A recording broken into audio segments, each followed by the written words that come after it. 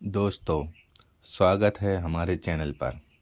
आज हम आपको ले चलते हैं 18वीं सदी के पंजाब में, जहां एक ऐसे शासक ने जन्म लिया जिसने न केवल युद्ध के मैदानों में बल्कि लोगों के दिलों में भी राज किया। उनका नाम था महाराजा रणजीत सिंह, जिन्हें दुनिया शेरे पंजाब के नाम से जानती है। यह कहानी है एक ऐसे योद्धा की जिसने अराजकता के बीच एक शक्तिशाली साम्राज्य बनाया, धर्मनिरपेक्षता की मिसाल कायम की और पंजाब को समृद्धि का स्वर्ण युग दिया। तो चलिए शुरू करते हैं इस महागाथा को। 13 नवंबर 1780 गुजरांवाला का एक छोटा सा गांव सुखरजकिया मिसल के सरदार महासिंह और उनकी पत्नी राजकौर के घर एक पुत्र ने जन्म लिया। उसका नाम था रणजीत सिंह। लेकिन नियति ने इस बालक के लिए साधारण जीवन नहीं चुना। जब वह केवल 5 साल के थे, चेचक ने उनकी बाएं आंख की रोशनी छीन ली। गांव के लोग फुसफुसाते थे, यह बच्चा कमज़ोर है, यह क्या कर पाएगा। लेकिन उनकी मां राजकौर ने उन्हें गुरु नानक की शिक्षाएं और सिख वीरता की कहानियां सुनाकर बड़ा किया। रणजीत सिंह की आत्मा में एक शेर की दहाड़ थी जो आने वाले समय में गूंजने वाली थी। रणजीत सिंह का बचपन युद्ध की भट्टी में तप कर निखरा। केवल 10 साल की उम्र में उन्होंने अपने पिता के साथ कसूर के युद्ध में हिस्सा लिया। उनकी छोटी सी उम्र में दिखाई गई वीरता ने सभी को हैरान कर दिया। एक बार युद्ध के मैदान में एक दुश्मन सैनिक ने उन पर तलवार से हमला किया। रणजीत सिंह ने न केवल उसका मुकाबला किया बल्कि उसे परास्त भी कर दिया। ये देखकर उनके पिता महासिंह गर्व से फूले नहीं समाये। लेकिन 1792 में जब रणजीत सिंह केवल 12 साल के थे, उनके पिता की मृत्यु हो गई। इतनी कम उम्र में रणजीत सिंह ने सुखरजकिया मिसल की कमान संभाली। उस समय पंजाब एक ज्वालामुखी की तरह था। सिख मिसलें, 12 शक्तिशाली सिख गुट आपस में लड़ रहे थे। मुगल शासन अपनी अंतिम सांसें ले रहा था और अफगान आक्रमणकारी जैसे अहमद शाह अब्दाली के उत्तराधिकारी बार बार पंजाब को लूट रहे थे। लेकिन रणजीत सिंह ने इस अराजकता को अपनी ताकत बनाया। उनकी मां और सास सदा कौर ने उन्हें रणनीति और कूटनीति सिखाई। 16 साल की उम्र में रणजीत सिंह ने अपनी पहली बड़ी जीत हासिल की जब उन्होंने एक अफगान हमले को नाकाम कर दिया। 1799 में 19 साल की उम्र में रणजीत सिंह ने एक ऐतिहासिक कदम उठाया। उन्होंने लाहौर पर कब्जा कर लिया, जो उस समय पंजाब का सांस्कृतिक, व्यापारिक और रणनीतिक केंद्र था। यह विजय केवल एक शहर की जीत नहीं थी बल्कि एक नए साम्राज्य की शुरुआत थी। लाहौर के किले में सिख झंडा फहराया गया और रणजीत सिंह ने इसे अपनी राजधानी बनाया। 1801 में अमृतसर के स्वर्ण मंदिर में उन्हें औपचारिक रूप से महाराजा का खिताब दिया गया। रणजीत सिंह ने सिख मिसलों को एकजुट करने का संकल्प लिया। उस समय 12 मिसलें पंजाब में बिखरी हुई थीं और हर मिसल अपने आप में एक छोटा राज्य थी। रणजीत सिंह ने कूटनीति, विवाह संबंधों और ज़रूरत पड़ने पर युद्ध के जरिए इन मिसलों को एकजुट किया। उनकी सास सदा कौर और उनकी पहली पत्नी मेहताब कौर ने इस प्रक्रिया में उनकी मदद की। रणजीत सिंह की सूझबूझ और नेतृत्व ने पंजाब को एक शक्तिशाली सिख साम्राज्य में बदल दिया। उन्हें शेरे पंजाब कहा जाने लगा क्योंकि उनकी वीरता और रणनीति ने दुश्मनों को घुटने टेकने पर मजबूर कर दिया। रणजीत सिंह का दरबार उनके शासन की आत्मा था। यहाँ हिंदू, मुस्लिम, सिख और ईसाई एक साथ बैठते थे। उनके विदेश मंत्री फ़कीर अजीजुद्दीन एक मुस्लिम थे, जिन्होंने उनकी कूटनीति को नई ऊंचाइयां दी।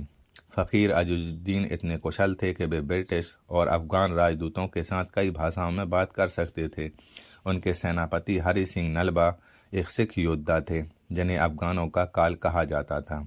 रणजीत सिंह ने धर्मनिरपेक्षता को अपने शासन का आधार बनाया। उन्होंने हिंदू मंदिरों को दान दिया, जैसे जम्मू के रघुनाथ मंदिर, और मुस्लिम मस्जिदों को संरक्षण प्रदान किया।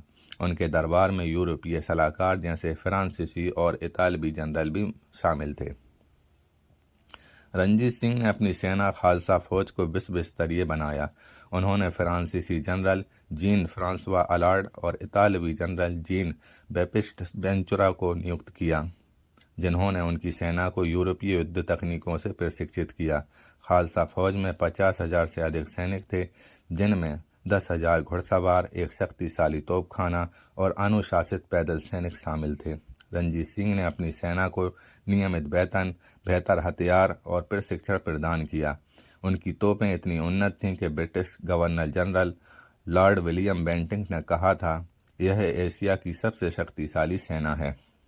रणजीत सिंह का साम्राज्य पंजाब की सीमाओं को लांघकर फैलता गया। 1818 में उन्होंने मुल्तान पर कब्जा किया, जो एक महत्वपूर्ण व्यापारिक केंद्र था। इस युद्ध में उन्हें कोहिनूर हीरा मिला, जो दुनिया के सबसे कीमती रत्नों में से एक था। रणजीत सिंह ने इसे अपनी ताकत का प्रतीक बनाया। एक किस्सा मशहूर है, जब एक दरबारी ने उनसे पूछा, महाराजा, आप कोहिनूर को हमेशा अपने पास क्यों रखते हैं? रणजीत सिंह ने मुस्कुराते हुए कहा, यह हीरा मेरे साम्राज्य की चमक है, लेकिन मेरी असली ताकत मेरी प्रजा है। 1819 में रणजीत सिंह ने कश्मीर पर कब्जा किया, जो हिमालय की गोद में बसा एक रणनीतिक क्षेत्र था। इस विजय ने उनके साम्राज्य को और मजबूत किया। 1834 में उनके सबसे भरोसेमंद सेनापति हरि सिंह नलवा ने पेशावर पर कब्जा किया। यह जीत इसलिए खास थी क्योंकि पेशावर अफगानों का गढ़ था। हरि सिंह नलवा को खैबर दर्रे का गवर्नर बनाया गया और उन्होंने वहां सिख शासन को इतना मजबूत किया कि अफगान दोबारा हमला करने की हिम्मत नहीं कर सके। रणजीत सिंह की कूटनीति भी उनकी ताकत थी। 1809 में उन्होंने ब्रिटिशों के साथ अमृतसर संधि की, जिसने उनके साम्राज्य की सीमाओं को सुरक्षित किया। रणजीत सिंह का दिल सिख धर्म और पंजाब की संस्कृति से गहराई से जुड़ा था। उन्होंने अमृतसर के हरमंदिर साहिब, जिसे आज स्वर्ण मंदिर के नाम से जाना जाता है, को सोने और संगमरमर से सजाया। उन्होंने मंदिर के लिए लाखों रुपए और संसाधन दान किए। एक बार जब वे स्वर्ण मंदिर में प्रार्थना कर रहे थे, एक गरीब किसान ने उनसे मदद मांगी। रणजीत सिंह ने न केवल उसकी मदद की, बल्कि पूरे गांव के लिए एक नहर बनवाने का आदेश दिया। उनके शासन में पंजाब में व्यापार और कृषि का अभूतपूर्व विकास हुआ। उन्होंने नहरों, सड़कों और किलों का निर्माण करवाया, जैसे जम्मू का रघुनाथ मंदिर और गोबिंदगढ़ का किला। रणजीत सिंह ने नानकशाही सिक्का चलवाया, जो उनकी आर्थिक स्वतंत्रता का प्रतीक था। उनके शासन में पंजाब के बाजार रेशम, शॉल और हस्तशिल्प के व्यापार से गुलजार थे। लाहौर और अमृतसर व्यापार के अंतर्राष्ट्रीय केंद्र बन गए। रणजीत सिंह ने शिक्षा और कला को भी बढ़ावा दिया। उनके दरबार में कवि, चित्रकार और संगीतकार फलते फूलते थे। रणजीत सिंह का शासन धर्मनिरपेक्षता की मिसाल था। उन्होंने हिंदू, मुस्लिम और सिख सभी को बराबर सम्मान दिया। उनके वित्त मंत्री फ़कीर अजुजुद्दीन और सेना के कई कमांडर गैर सिख थे। एक बार एक मुस्लिम विद्वान ने उनके दरबार में कुरान की आयतें पढ़ीं। रणजीत सिंह ने न केवल उनकी तारीफ की, बल्कि उनके लिए एक मस्जिद बनवाने का आदेश दिया। रणजीत सिंह का निजी जीवन उनकी शख्सियत का एक ऐसा अनमोल हिस्सा था कि उनकी कई पत्नियां थीं, लेकिन महारानी जिंद कौर उनकी सबसे प्रभावशाली रानी थीं। उनका बेटा दलीप सिंह उनका उत्तराधिकारी बना। रणजीत सिंह एक सख्त लेकिन दयालु शासक थे। वे अपने सैनिकों और प्रजा के साथ सीधा संबंध रखते थे। उनकी सादगी और हास्य प्रिय स्वभाव ने उन्हें प्रजा का प्रिय बना दिया। एक मशहूर किस्सा, एक बार एक सैनिक ने मजाक में रणजीत सिंह से पूछा, महाराज, आपकी एक आंख कैसे इतना कुछ देख लेती है? रणजीत सिंह ने हंसते हुए जवाब दिया, मेरी एक आंख पंजाब के हर कोने को देख लेती है। दूसरी आंख मेरे दिल में है, जो मेरी प्रजा की हर धड़कन को सुनती है। उनकी सादगी और हास्य ने उन्हें अपने लोगों के करीब रखा। रणजीत सिंह को घुड़सवारी और शिकार का शौक था। वे अपने घोड़े लैली को बहुत प्यार करते थे, जिन्हें उन्होंने एक युद्ध में जीता था। वे अपने दरबार में नृत्य और संगीत का आनंद लेते थे, लेकिन अभी भी शराब या अन्य नशे को हाथ नहीं लगाया। उनकी दिनचर्या में सुबह गुरुद्वारे में प्रार्थना, दरबार में शासन और शाम को सैनिकों के साथ रणनीतिक चर्चा शामिल थी। 1839 में रणजीत सिंह की तबीयत बिगड़ने लगी। कई सालों तक युद्ध और शासन की जिम्मेदारियों ने उनके शरीर को थका दिया था। 27 जून 1839 को 59 साल की उम्र में शेर पंजाब ने इस दुनिया को अलविदा कह दिया। उनके निधन के बाद सिख साम्राज्य में अस्थिरता बढ़ी। उनके बेटे खड़क सिंह और दलीप सिंह कमजोर उत्तराधिकारी साबित हुए। अंग्रेजों ने इस मौके का फायदा उठाया और 1849 में दूसरी आंग्ल सिख युद्ध के बाद पंजाब पर कब्जा कर लिया।